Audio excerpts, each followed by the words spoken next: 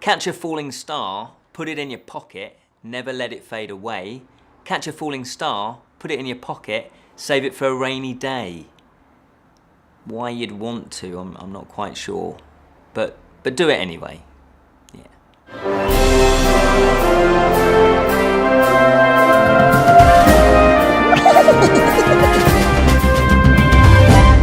Hello and welcome to the Friday Fantasy Show from the Bottled Imp, exploring the realms of fantasy. My name is Ken Boyter and today we're going to take a little look at, or I should say a little hear at, if that works, Stardust. Yay! It's the BBC audio dramatisation that was first released in 2017 on the old wireless box. Yes, the BBC Radio 4 put this out. It's a full dramatisation. As I said, it's by Neil Gaiman. It was originally Stardust was a comic book that came out way back. Then he wrote it up as a novel, and then it became a feature film, of which we have done a review of the feature film. But now, the good old Beeb, they're back with this audio dramatisation. Let's see if it sparkles magic or if it just sits in the mire. Stardust, what is it all about? Well, the setup is pretty complicated up to a point because there are three main plots that run through this. And they're full plots. It's not one main plot and then two subplots. They are three main plots that all interweave and intertwine. And it's all kind of set in some of it's set in England in 1856 and 18 years before that as well, actually. But most of it is set that sort of era. And then it also crosses into the magical realm of fairy, which in the description is kind of mysterious and you don't know quite how big it is or quite where it is. But there is a town of Wall. It's just simply called Wall because it is right next to this huge giant wall that separates the magical world of fairy and the sort of more traditional, real life England. And every, I think it's 9 years, that's it. Every 9 years there is a fairy market that takes place, and it means that humans can cross over into the fairyland and buy magical objects and buy various different things and curiosities. But that only happens once every 9 years because the wall is actually guarded. There is a gateway and the wall is guarded and nobody ever crosses over. Well, that's kind of what you think because somebody does sneak through. I don't want to give too much of it away, but somebody sneaks through, things happen. There you go, that's going to entice you to listen to this. And then, lo and behold, there is a baby in a basket that gets kind of delivered from the fairyland into the town of Wall. And Dunstan Thorn is kind of the baby. That's kind of giving it away. It's difficult to kind of explain this one without giving too much away. But anyway, Dunstan, he is a young man by now. He's 18 and he is very humble. He's a shop assistant. He's very kind. He's very naive, probably he's naive, but he's very caring, very giving person. And he is in love with a girl called Victoria, who, you've probably guessed it, isn't so caring and isn't so kind. In fact, she's quite arrogant and a little bit nasty. But that he doesn't see that. Love is blind. And so he loves her and he is trying to woo her, but she is engaged to someone else. And, because it's an engagement, he's like, well, maybe if I kind of woo her and try to, see the virtuous nature, that she might actually marry him. And when they're out one day, they actually see a falling star. And he promises, look, if I go and get that star, I will bring that back to you in exchange for a kiss, perhaps marriage. And she's sort of, laughing, thinking, what a silly boy. Of course that's not going to happen. It's a falling star. It doesn't actually fall to the ground. But she says, well, okay then, I will give you your heart's desire. And so with that, Dunstan thinks, hurrah, great, off I run. And he actually goes now on a quest to capture the fallen star, to actually find it and to bring it back to her. The second main plot is there is a kingdom of Stormhold and there is a king, a dying king. He knows he's dying and he has 4 sons. Now he doesn't really want to choose which one. He's undecided which one's going to inherit the whole kingdom and become king. So what he does is he has this family jewel and it's an amulet, I think, and it's an heirloom and he throws it out the window. and it goes higher and higher and higher, and it knocks a star out of the sky. And yes, it is the same falling star that Tristan saw. Now, the brothers, they're very greedy, they're very ambitious, all of them, and they're nasty people, and they even attempt to try and kill each other to be king, because obviously if there's only one of them left, they just naturally will inherit. So that's why the king does throw the amulet out the window, because he thinks, well, actually, look, that will decide it. Whoever brings the amulet back then becomes king. So that is their quest. They're off, and they are hungry to become king. Now, the third main plot is all about witches, and they seek, there's three of them, they seek immortality. They're all old and haggard and ugly, let's face it. They're brutally ugly, I'm trying to say. And they don't want that. No, they want to be young. They want to be beautiful again. And they want immortality. They want to live forever. So not only do they want youth and beauty, but they want that immortality. They do want to live forever. And there is a way that they can do it. The only way they can do it is if they capture a falling star. So yes, you've guessed it, all three main protagonists are after the falling star. So that's the setup. There are various themes. Now, this audio dramatisation, I've not read the book or the comic book, but I have seen the film, and it is closely, the bits that are in the audio dramatisation and in the film are very, very similar. Now, I'm really tempted now to actually read the book because I want to know what they've left out and what they haven't left out, but I'm guessing they've not left out too much because it is quite a complex story. There are various themes that run through here. I've managed to pick out 4. There might be a few more because, as I say, it is quite complex. The themes, the first one I kind of noticed was a heart's desire. Obviously, with Tristan, it's the classic fantasy theme. What is it that you really desire? What is it that your heart's desire? But do you truly know? You might think you know, but deep down it could be something different. And that can also change over time. When you're a young man or a young woman and you're, say, 10, it's going to be different to, say, when you're 18. It's going to then be different when you're 25 and 30 and 40 and 50, etc., etc. So again, is that at what point do you, reevaluate your life and actually think, yeah, you know what, money isn't the be-all and end-all. I thought it was, but it isn't. Or I'm really, in love, and that's obsession. I want to be married, and you kind of then maybe you overlook exactly, you're so obsessed with just the fact that you want to be married that you actually marry the wrong person. So you've got to be really careful about what your heart's desire is.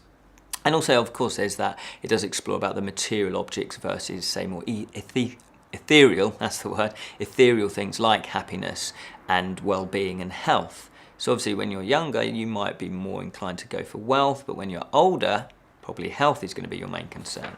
And then we have the theme of freedom. There is a character called Oona, and she is a slave of a witch, and she's imprisoned by magic. And again, it kind of explores the whole thing about, it is slavery. I mean, the witch calls her slave. And so there is that about, that being a captive and being the sort of slave master, or mistress in this case. And do you, if you're caught up in that, do you accept the fact that you're a slave? At what point, if you've tried to escape and tried to escape and tried to escape and haven't, at what point do you kind of accept it and go, well, this is my new life? Do you ever accept it? Are you always going to be trying to look for a way out, but you might think, well, I've tried on and your spirits get broken down. And it also explores the what gives somebody the right to claim ownership over somebody else. As far as I'm concerned, there isn't a right, but it's a subtlety, because you can be, say, in a relationship with somebody, or even siblings, brother sister, sister sister, brother brother. I think that's what the combinations. Anyway, and it could be more mental slavery. You could be more, just subservient to somebody mentally. So it's not always physical slavery, like, oh, I've locked you in a dungeon or locked you in a cage. It could be more slavery to the actual mind games that other people play. Now, Tristan does meet Oona, and she is angry that she's imprisoned, but she kind of knows that she's going to be biding her time. She knows in her heart, she knows that one day she will be free. Now, Tristan, again, I don't want to give too many spoilers away, as the audio drama unfolds, or the story unfolds, he comes across a situation where he has to think long and hard about slavery and ownership. Again, I don't want to give too much away. So again, it's sort of flipping it on its head. Immortality, as we said about the witches, they are looking to be immortal. Now, what does it actually mean to be immortal? Well, I guess if you're immortal, you might think, and so you crave immortality when you're young, you might actually not realise that, of course, you're not necessarily going to stop aging. You're going to keep aging, and all the sort of problems that can come with health-wise. So if you never ever die, you could be 1,000 years old, and you'll just kind of be sitting there because you're so old, and your bones could be so fragile, and you've lost your eyesight, and you can't, and your teeth are falling out. Again, you've got to really look at what your heart's desires. So they're obsessed by youth and beauty and immortality, and so it really does a good job of exploring why that is. And again, why do you want immortality? Is it because you think, well, I can be good to people, I can do so much charity work, I can benefit humankind, or which kind? Is it that? Or is it possibly because you're greedy and you just want to carry on with your wicked ways? Or is it a fear of dying? Are you actually afraid of dying? Because I guess some people could be afraid of dying. It's sort of not really a topic I've thought about too much, but it's I guess that becomes back to your own beliefs. Do you believe there's life after death? And if so, does that comfort you that actually it's not dying, you're just crossing over one realm to the next? So again, that plays a big part in the actual decisions that the witches make. And greed, that's the final theme that I picked up on. There's 4 sons, as I say, they want power and wealth. They want to be the king of the kingdom. And they are willing to kill for it. They are willing to murder their own brothers for it. I mean, that's despicable. That's possibly one of the worst things that another human can do to another person. And for what for? Again, why are they after this? Yes, for the power, wealth, the prestige. Is that a word? The status. That's what I'm looking for. The status. Yes, the top. I'm the top dog. In the land. Is that worth actually murdering somebody for? I don't think it is, do you? I mean, surely your soul is going to be corrupted. So again, you've got to ask yourself why, with greed, why are you after something? Why are you greedy for it? Because it wouldn't be necessarily that, oh yeah, I want to be king because I want to do good deeds, and certainly not with these sons. If they're willing to murder each other, they're not then suddenly going to change and go, oh, well, actually, yes, that's why I'm now going to do loads of charity work. 2 wrongs don't make a right. Overall, I thought this was a fantastic adaptation. Straight from the start, the atmosphere builds up, the music is wonderful, the incidental music is wonderful, the sound design, all the sound effects and the magic, it really brings the world to life. The cast are fantastic, they are superb. They really inhabit each character, and it's one of those things where I guess because if you see the film, again, they do a really, really good job of bringing the characters to life in the film. But I guess it's a totally, because it's just the voices, maybe it's a totally different skill, you're just being judged as an actor on your voice. They are superb. There's some really good interplay in every scene. There's no weak link with the acting. It is so well done. And the quality of the script is brilliant. The scenes build, there's you can really inhabit the scenes, because sometimes if it's a lot of action, because there is a lot of action in this, and again it's well done. How do you put across magic? How do you put across action? How do you put across tough sequences that I guess would lend themselves more to being filmed? How do you do that? And they do a fantastic job through the voice acting, obviously through the script, through the choice of the way that it's adapted. There is a narrator that narrates the story, and she is brilliant. Eleanor Bron, I think that's how Eleanor Bron, I think that's how you pronounce her name. She is fantastic as the narrator. Just got this real quality, sort of wise, feels like a wise sort of old lady that's your friend, that is very kind, and really sets the scene beautifully. And she actually goes all the way through. She doesn't just open it up and then you kind of go into the story. And I think it really helps that you have the narrator sort of, so you can touch base with her. It's like a friendly voice that that you look to guidance for, and she just nudges the story along beautifully. And I guess in some respects maybe that's where if things are really difficult to portray just via audio, the narrator can really step in. And the other thing with audio is that when you're writing it, it's a real temptation, because you've got to kind of set the scene. You don't really want characters coming and going, yes, I'm just about to drink a drink. Lovely drink this is. You don't want them, I don't know if that's a good example, but you don't want them to describe what they're doing, but of course you can't see what they're doing.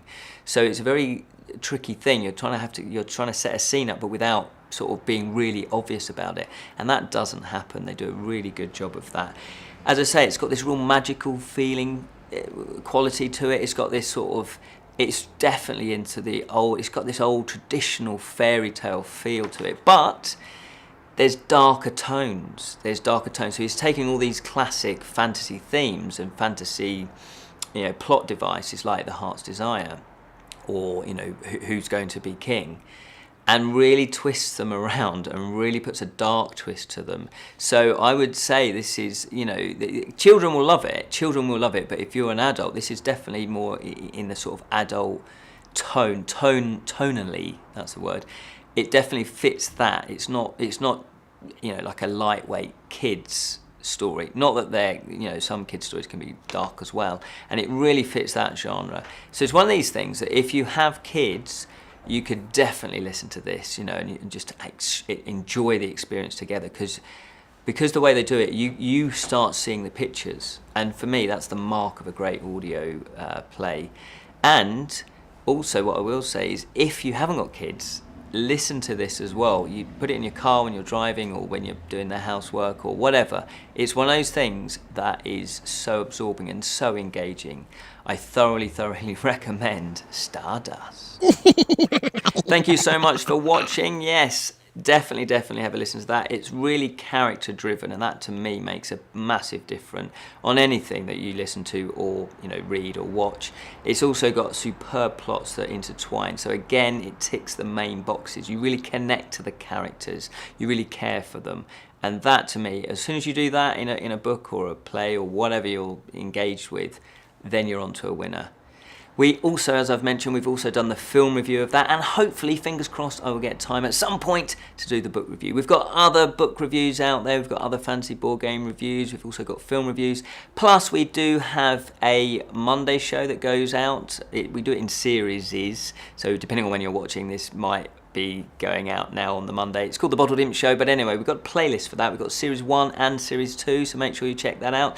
And of course, go over to Facebook. Check us out there. We've got a Facebook page, so that's where we put up lots of information. We put lots of different fancy things that are related. And we've also got a group where you can post things up. So go to the Facebook, search for the Bottled Imp Fellowship and click join, and we'll add you in. Plus we've also got a Twitter account and an Instagram account. Oh my God, when do we get time to do anything else?